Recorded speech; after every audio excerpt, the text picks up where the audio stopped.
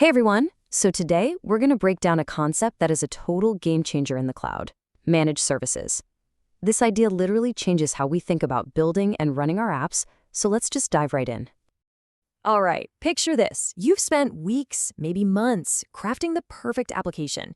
Your code is clean, it's elegant, it works. But now you have to actually get it running out there on the internet for everyone to use. And that's where things can get a little tricky. So first, let's look at what I call the do-it-yourself approach to deploying in the cloud. This is where you are the architect. You're building everything from the ground up, using the most basic building blocks that the cloud providers give you. Now, to make sure your app is actually reliable, so it doesn't just fall over if one server has a bad day, you have to do a few key things. First, you spin up some virtual servers, or VMs. But one is never enough, right? So you have to group a few of them together for high availability. And then you need a load balancer on top to spread out all the user traffic between them. These 3 steps are like the absolute baseline for a professional setup.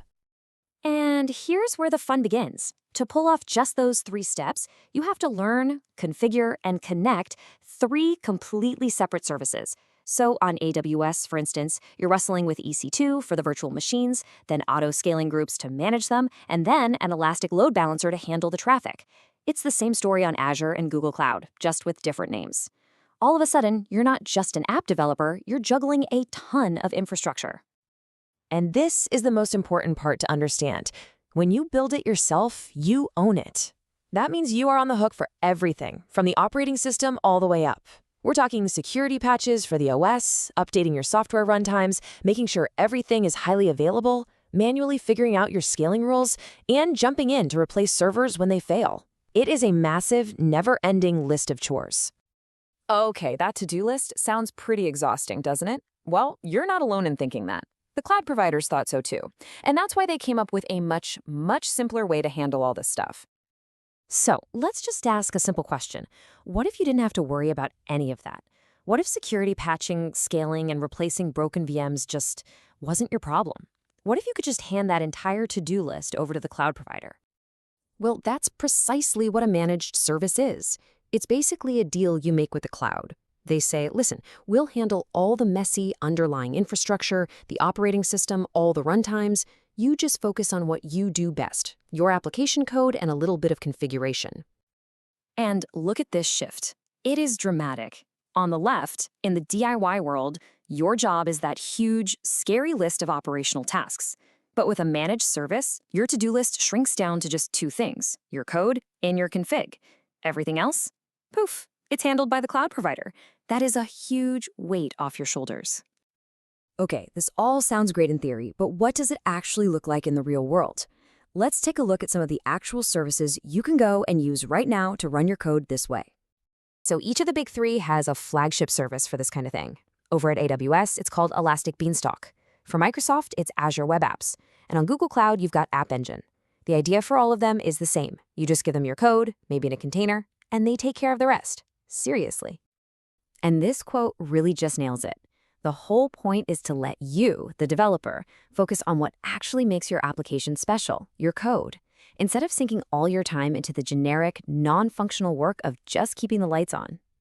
But here's the thing, this whole managed service idea doesn't stop with just running your application.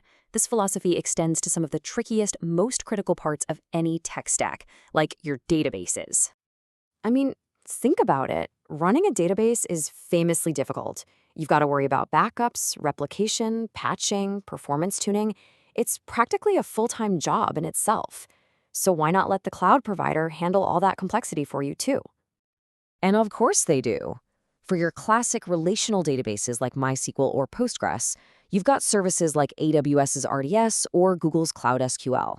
With just a few clicks, you get a production-ready, highly available, automatically backed up database that would have taken a whole team of experts weeks to build from scratch.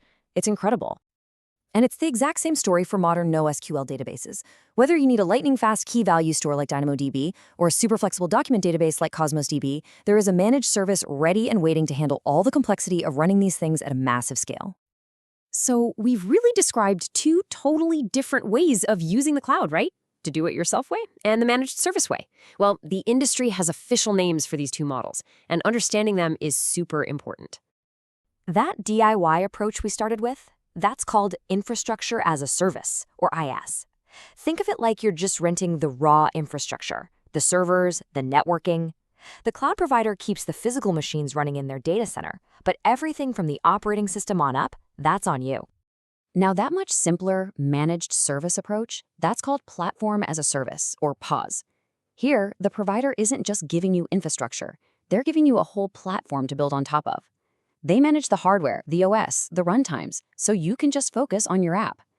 Services like Elastic Beanstalk are the perfect example of PaaS. So it all boils down to this one fundamental trade-off. IaaS gives you the absolute maximum control, but it comes with maximum responsibility. PaaS, on the other hand, gives you maximum convenience by taking all that responsibility off your plate. And I love this last line. With IaaS, you have to build the platform. With PaaS, you get to build on the platform. And that's really the most exciting part of all of this. When you let the cloud handle all that heavy lifting of managing infrastructure, you and your team are suddenly free to focus on what actually matters, innovating and building incredible things. So the real question isn't how you're going to keep your app online, it's what amazing things you're going to build next.